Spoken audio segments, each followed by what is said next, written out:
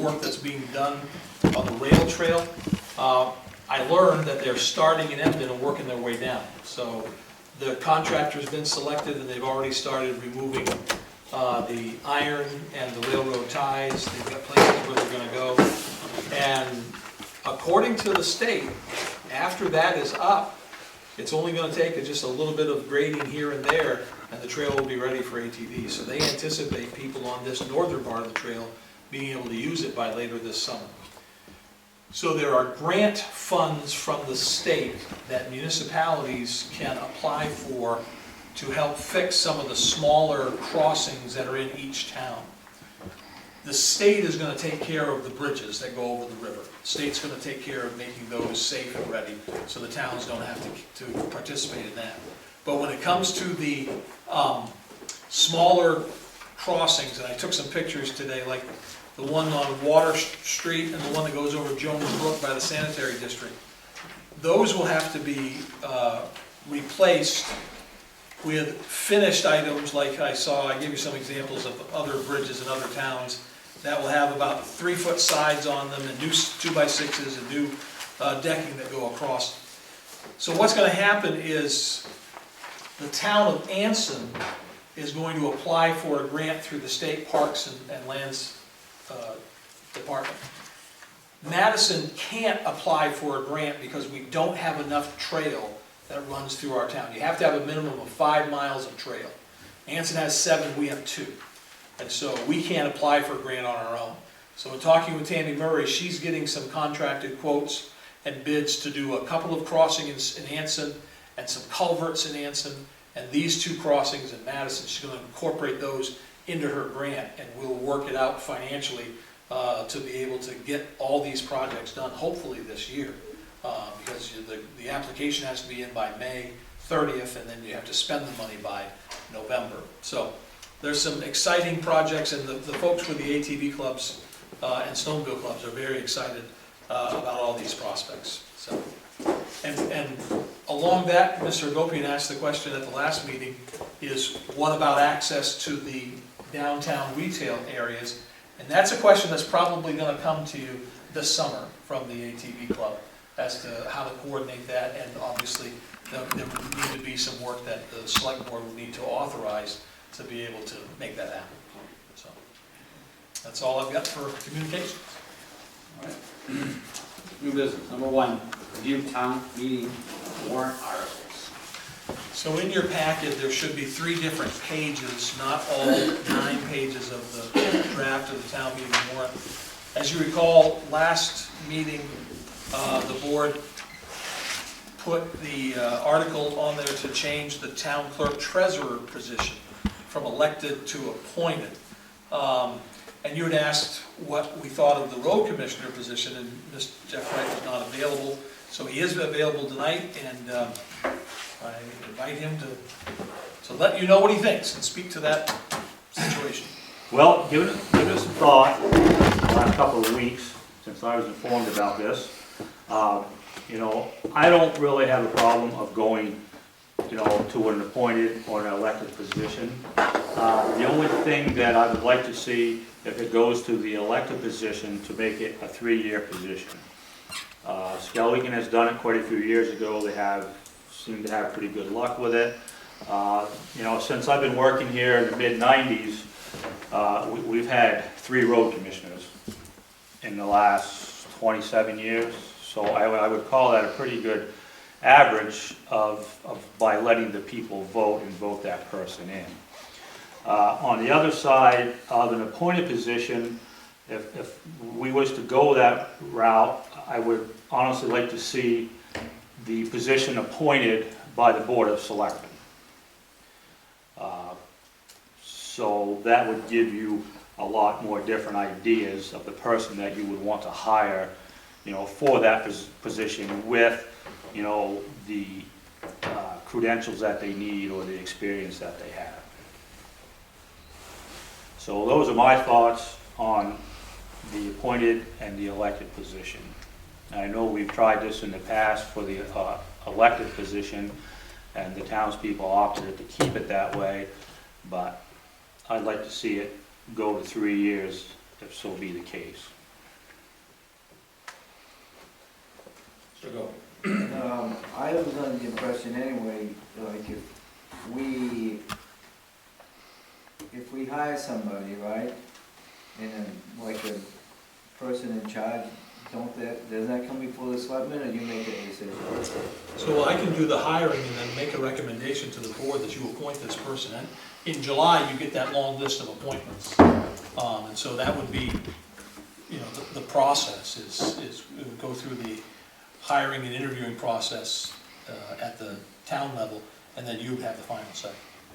But, for example, like we don't do that with the fire chief, they vote on it anyway, but I mean, They do, and that's kind of an older system, but when the members of the fire department do vote for the chief, then that recommendation comes to you, and you still appoint a fire chief. But, so you're asking if we went to the appointed position that you would be reporting to the board, not the town manager? And it'd be a similar. No, the hiring process, Al. So what about your day-to-day, what about the day-to-day reporting of? Well, Tim and I we do that anyways, most generally at least once a week, and then obviously I report to you guys, you know, once a month with department head reports. You know, my thing is with the appointed position, just so there's no favoritism in hiring a person that, you know, have favoritism. We have that with every position that we have, right? I mean, So are you asking more questions about who's responsible for discipline and right, who's and the firing? supervisor? Or who's the supervisor? Who's the supervisor of the road commissioner once we make it appointed, if we make it appointed? Right. Who's the supervisor of the road commissioner? Yes. Right now, the road commissioner reports to the board of selectmen. Right, He yes. technically doesn't have to go to the town manager, And he doesn't have, thing to do. he really doesn't have to come to us. Well, he's. Yeah. Yeah. I don't think so. he has to answer the report. The road commissioner reports to the board of selectmen. Right, but if he says, I'm not gonna do that, then there's nothing we're gonna do to make him do that. We just give him the money to do what he wants to do. Right. But I'm talking about, if we make it appointed by instead of elected, the town manager is going to be the supervisor of the road commission. Yeah, if we appoint him. Right. That's everybody falls underneath him. And if he has a problem with it, then he comes in and lets us know he's gonna Right. get rid of him, yeah. Right, so I don't see how the board can, the board doesn't hire any other position. Right, the So board I don't see, only hires the town. we only hire the town manager, we don't hire the secretary if we had one. We don't hire that person, we don't hire those, so I mean, how can we make that exception? We're gonna be in a mess. I mean, and probably not the present company, but moving forward, right? So I mean, I would just as soon leave it at, if Jeff thinks that we need to go to 3 years, we'll go to 3 years. And let's try our luck with the clerk treasurer position, see what happens. I'll agree with you, Al. Right? I mean, I think we leave the road commissioner like it is, because I don't think, it doesn't sound like you're agreeable to it being under the town manager. I'm not talking Tim, I'm talking town manager. Right, or a certain individual. Right. Right, I mean, it seems to work now, but it does. in the future, who knows? Well, and that was my point a few minutes ago, you know, the 27 years I've been here, you know, we've had 3 road commissioners. You know, I'm the 4th, and I don't know what it was like years ago, back in the 80s. I know there some of those, Jerome Adams, he was here for a long time. Right. And so the election seems to work. That was McCarthy too. Yeah, there was. Mr. Moody. Well, I think we can sum it up pretty easily here. We're waiting to hear, and now we're hearing from the road commissioner. And if he's leaning towards a 3-year every 3-year election, then let's forget about the rest of it for now, because it's not gonna entertain anything that we're going to do. Let's go with the 3 years. Forget about the rest of it until that river comes down and we'll cross it. But right now, he's looking at 3 years. You know, he's that poetic. Life could be a lot worse, Al. But I'm being nice. So, we'll just make Article 3 that? Just to make sure. Just like, one of my thoughts was, when you advertise the form, how many people applied We had four for? people, yeah, if I recall. Does that sound about right? For what position? When we put out for foreman? I know there was 3, there might have been possibly 4, I I don't. think we interviewed 3. We did interview 3. And under that appointed structure or hired by the town manager structure, would you still need a foreman? So I mean, I don't think we wanna get into that right now, but would you still need a foreman? I was just pointing out, Right. the field of applicants for road commission wouldn't be very big. Right. Because they're not walking on the streets all day. Well, in the country, we can grab a couple up there. That's why you have to go. You need a vote on this, Tim? No, I'll bring this back to you because we're gonna make that change. I'll bring it back to you on May 9th, and then you'll sign off on all the articles together. But you're still in favor of the town clerk, treasurer position, asking the voters to change that from elected to appointed? Okay. And we'll just change an article to put on there for, the road commissioner's position to be changed to a 3-year term. That would also begin July 1st, 2023, so you wouldn't, if you were elected, well, you're going to be elected this June. Correct. That'll be another 1 year, and then at the next vote, it would be for a 3-year term. Correct. All right, a couple of things I probably will entertain a motion on, and that is Article 23. We were talking this past week about using some of the ARPA funds for renovations at the town office. And we thought it would be probably best if we got this before the town voters this year. That way, if in the next 12 or 14 months we had an opportunity to do some of these renovations, we'd already have the funds approved by town meeting. So that's Article 23 to appropriate $60,000 for town property renovations. The two things that are priorities right now are window replacements and looking into the possibility of central air conditioning in the town office. That would replace all 6 window units that we have right now that are all aging out very quickly. And the problem with our windows leads to problems with heating and air conditioning. So that's a recommendation that if you wanted to add it to the town meeting warrant, I would entertain a motion on that. You wanna change it to 50? Is that what you said? What's that? Did you say, did you want it, huh? 60, right? 60,000. 60, right. Moody. What do you figure is gonna, what that central air is gonna take? We got a quote for 28,000. Now, is that just the upstairs? Yes. That's not downstairs, right? Just the upstairs? Just the upstairs. Yeah, okay. All right, so looking for a motion to approve Article 23. I'll make a motion to approve it. All right, a motion and a second to approve Article 23. To see if the town will vote to appropriate $60,000 of coronavirus local fiscal recovery funds, AKA American Rescue Plan Act, or ARPA funds received by the town from the federal government for town property renovations. And we are recommending yes. All those in favor? All in favor, motion carries. So what I'll do is to keep this consistent with the other ones, now that you've approved it, I'll email it out to the members of the Budget Advisory Committee, see if I can get a majority back to agree to it, which I don't think will be a problem. The last item is proposed Article 38, which is on your last page there, to amend the fees ordinance chapter 583.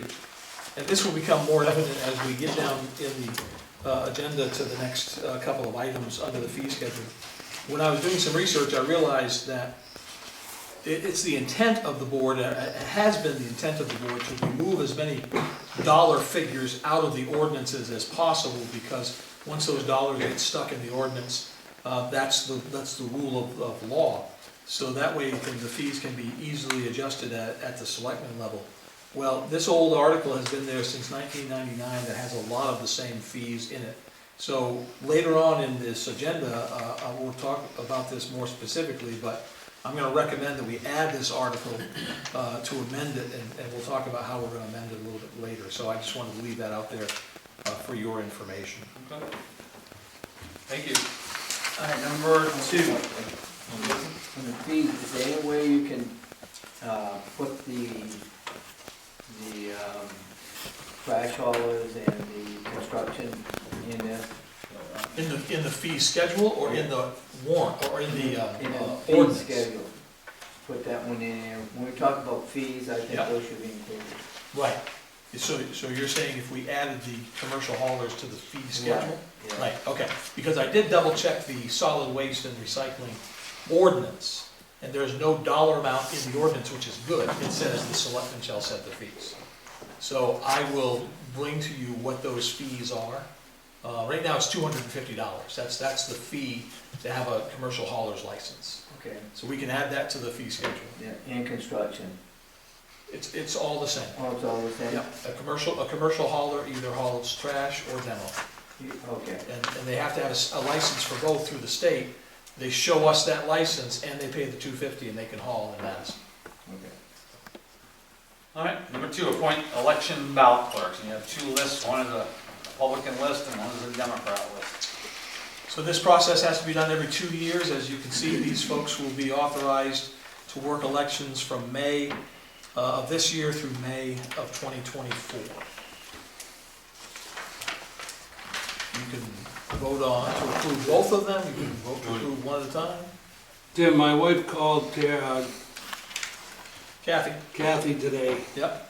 because her name wasn't on there, and Kathy said she forgot to put it on there. Oh, she did something to get Kathy wound up, so she just booted her off the list. So she said she's gonna make up a new one. So she's on this one. All right. The one that you're gonna sign, All right, Sally Moody is on. because if I go home, I'm gonna say it's your fault. Okay, all right, I'll back you up. All right, no, I'm gonna be way behind you. All right, so we have a motion to accept. I'll make a motion to accept both lists as they stand, with the added names. Second. I have a motion, a second to accept the Democratic and Republican election clerks, ballot clerks for May 2022 to May 2024. Any questions? Seeing none, all those in favor? All in favor, the motion carries. 2 things to sign. Number 3, discuss fee schedule. All right. So what really prompted this to come, and Mr. Gopian had a good point about commercial haulers, but what really prompted this was code enforcement fees. Our code officer, who still works for us part-time, Amos Mishu, had been doing some work on fees for building for commercial and residential. So if you've got that sheet in front of you, you can see some of his recommendations there. A few years ago, when Susan Hathaway was the code officer, she recommended that we move to a square foot system, which is what most towns do for building fees, is a certain amount of money per square foot. And she had put some minimal amounts in there. Just for context, just 5 years ago, our building permit fee was $25. Whether you built a shed or backyard farms, our building permit was $25. So we believe that moving to the square foot is the right thing to do. Amos has done some research. He recommended changing and updating those square footage amounts, and also removing the maximums. This is something that came from the planning board a few years ago when Susan first presented it. Again, remember, you were moving from $25 to a square footage amount, and the planning board was a little skittish, and they said, let's put a maximum on there. But I think as the planning board has seen, the size of some of our projects over the years, they realized that, GoLab can put in $30 million worth of equipment for a $400 building permit.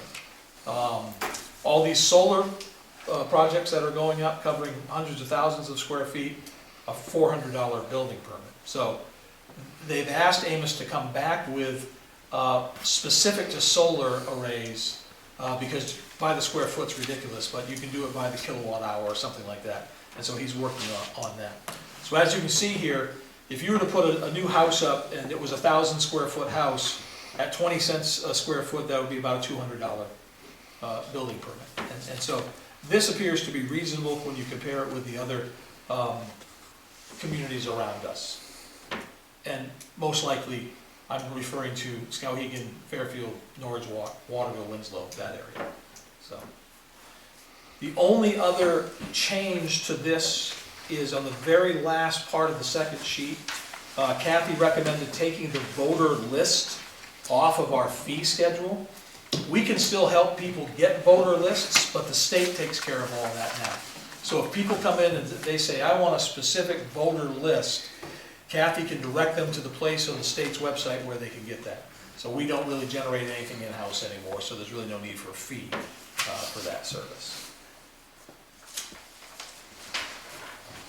All right, so looking for a motion to accept the fee schedule as amended. Mr. Wilkie. You got a question?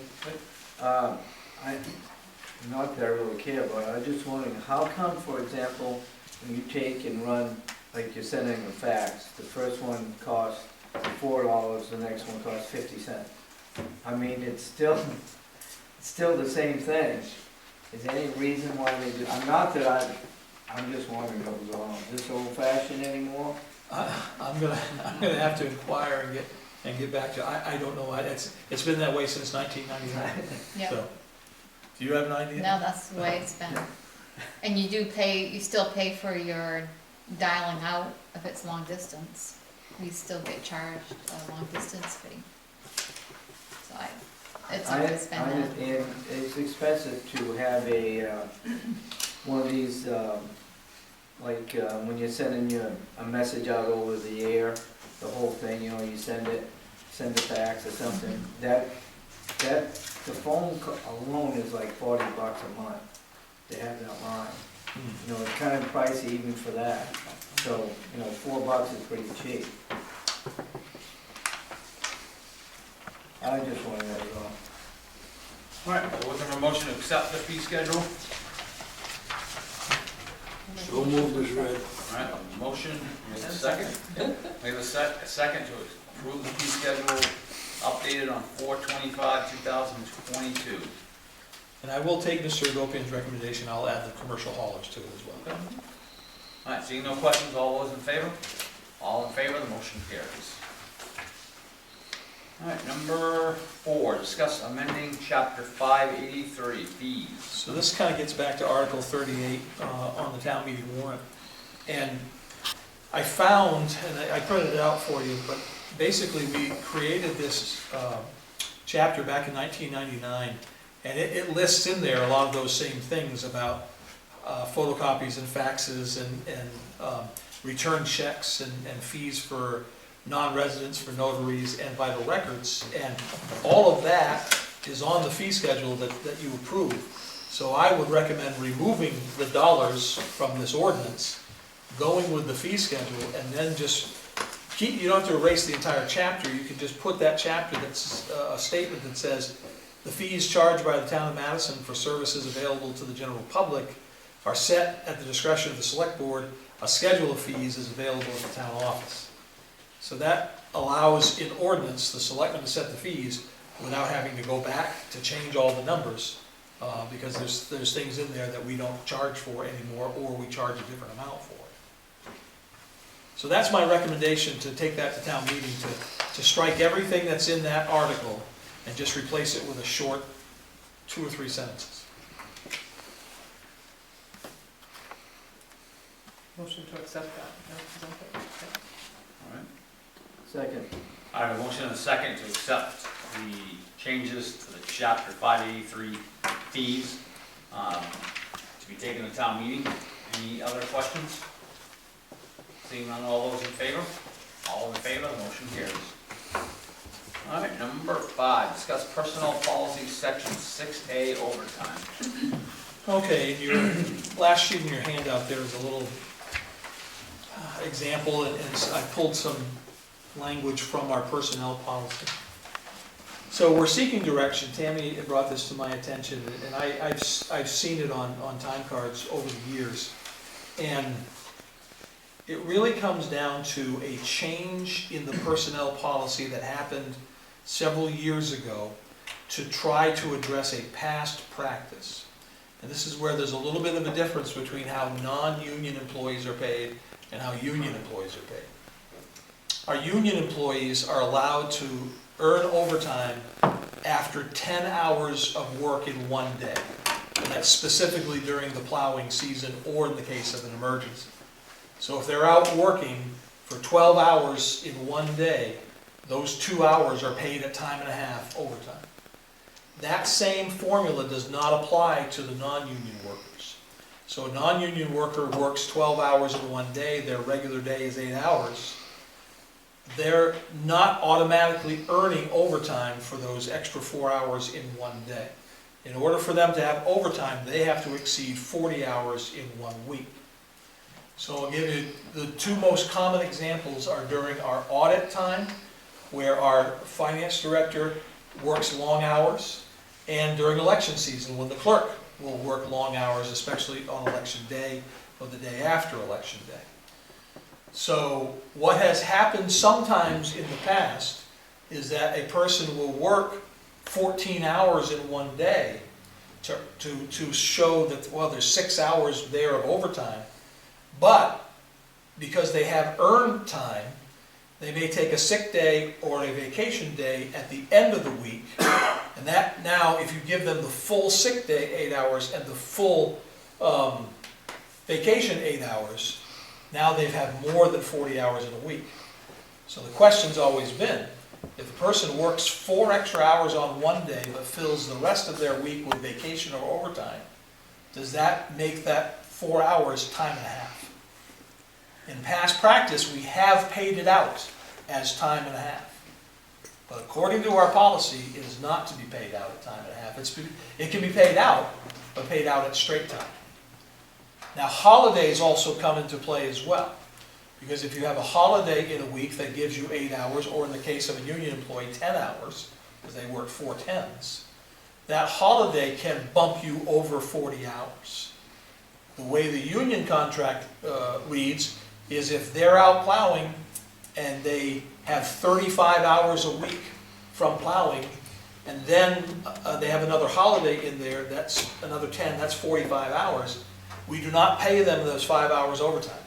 We pay those 5 hours as straight time. So they're getting paid for 45 hours, but not time and a half for those extra hours.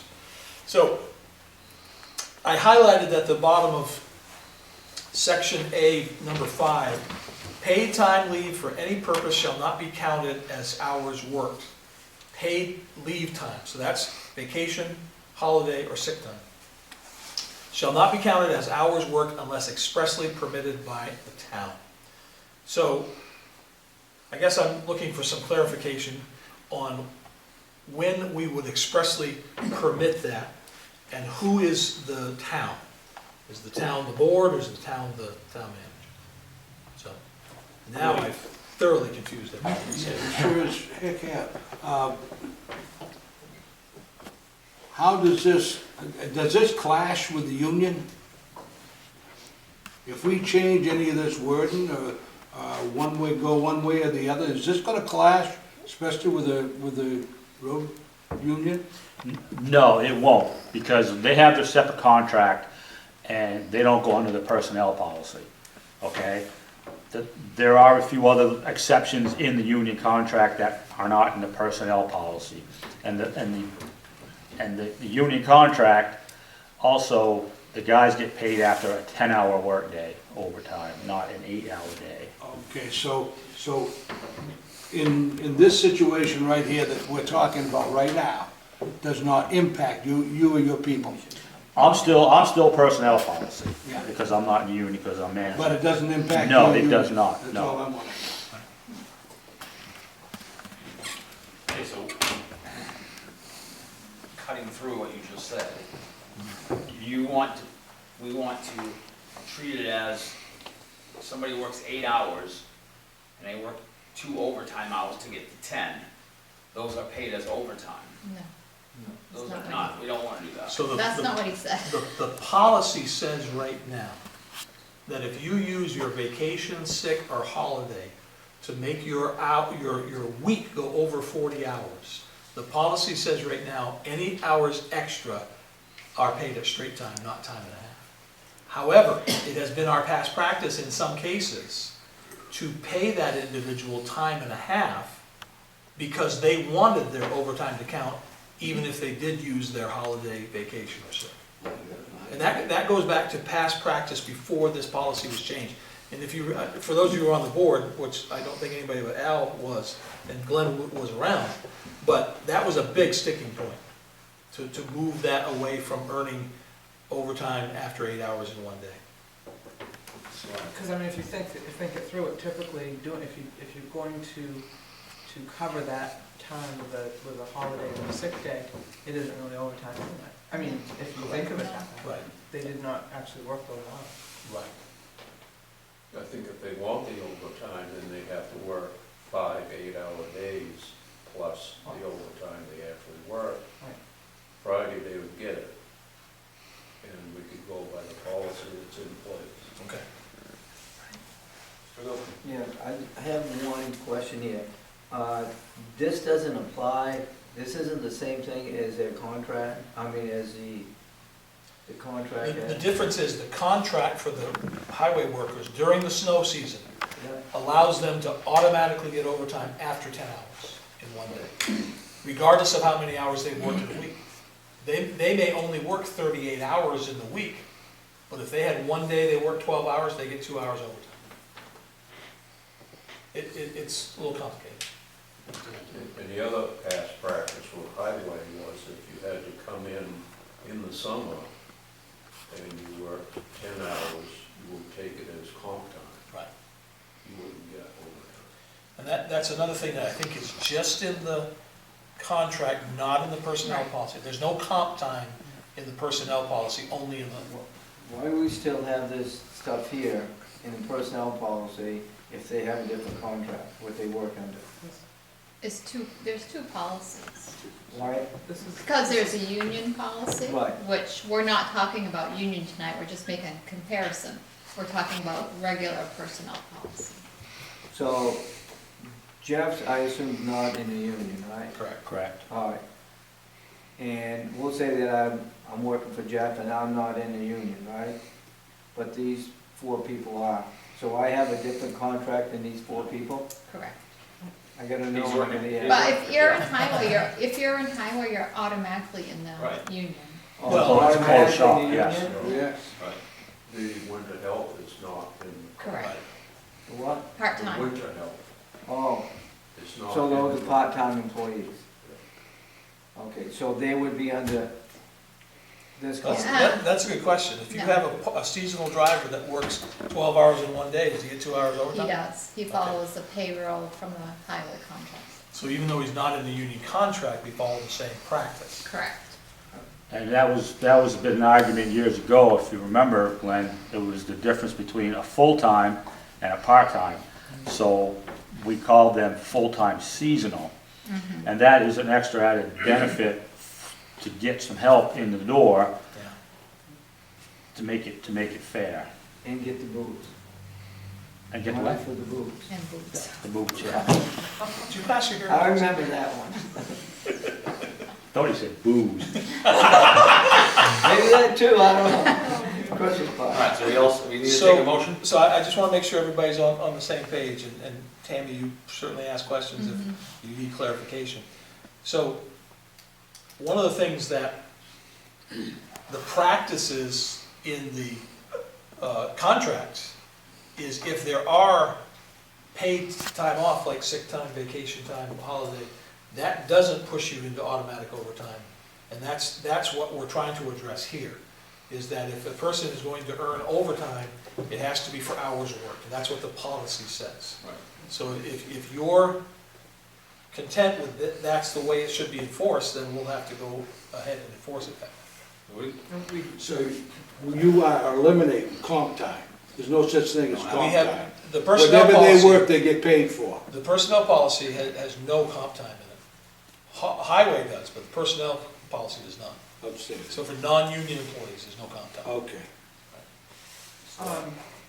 So, I'm a little confused now, I thought I had it, but, so, oh, maybe I'm good, I think I'm good. So, okay, this is the policy So that we're following So the right now. policy says,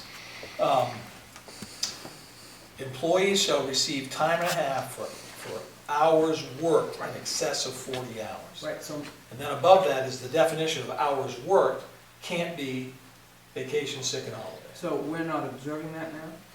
In some cases, we have paid people time and a half Okay. when their sick and vacation has pushed them over 40 hours. And so we would need clarification, especially now going forward, with new employees coming on. We just want to make sure we're all on the same page, that if you use your sick or vacation, you're going to get paid your hourly rate, but you're not going to get time and a half for those extra hours. And that follows the policy. That is the way the policy reads right Yeah. now. Now, the thing I worry about is this last few words, unless expressly permitted by the town. No. So who's gonna make that call to say, okay, in this case, we're gonna pay you overtime? I I'd say take it out. I agree with you, Sal. Why is that even in there? You can take it out now, or you have to. You can amend the personnel policy anytime, And and we did post it on the. once you agenda. start making exceptions, you're gonna start Right. trouble. Everybody's gotta be the same. It's gotta be uniform for everybody. And I say, like Sally had said, take that out. Then there's no question, you know exactly where everybody is and what they're getting. There is no exceptions. I don't like these exceptions, because then you're not treating everybody the same. Right.